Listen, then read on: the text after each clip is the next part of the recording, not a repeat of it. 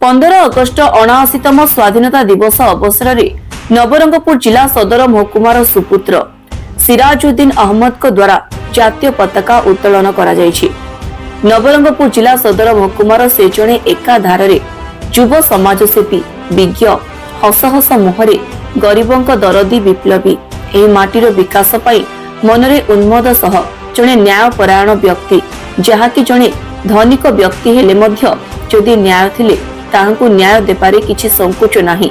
स्वाधीनता संग्रामी नाती वकील संघर सभापति नवरंगपुर जिला राजमिस्त्री संघर सभापति रूपे एवं नवरंगपुर जिला दुई चोकिया कारीगर संघर उपदेष्टा OUWJ संघर उपदेष्टा तांको द्वारा राष्ट्रीय त्रिरंगा उत्तोलन करिवार सौभाग्य पाइथिबा जोगु आमे माने ओ से मध्य निजकु गौरव मने करूछंती।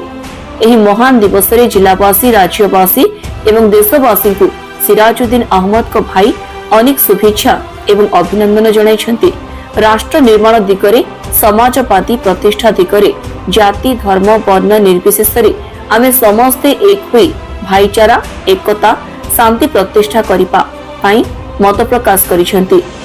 से एकाधारे विभिन्न कमिटी संघ सहित जड़ित सभापति नवरंगपुर जिला वकील संघ सभापति नवरंगपुर जिला राजमिस्त्री संघ सभापति दुई चोकिया मिस्त्री संघ सभापति स्वाधीनता संग्रामी स्मृति कमिटी जिला नवरंगपुर जो माने तांकु साहाय्य मागंती किंतु से न्याय पक्ष ने साहाय्यर हाथ बढ़ाती।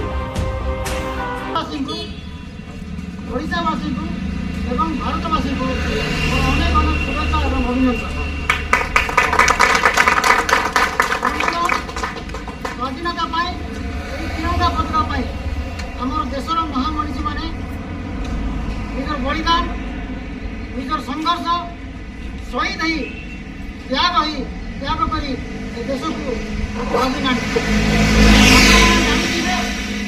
आपण जड़े श्रमिक संगठन आपण जड़े बंधु आपण जड़े भाई देश को शहीद ना कम कथा नुहे।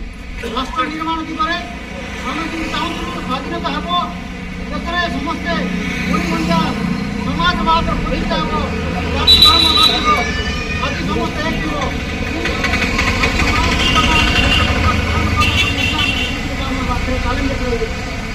एक चैलेंजेस करने जो मैंने षड्यंत्र कर उपदेश जवाब देवाई आम समस्त मिलित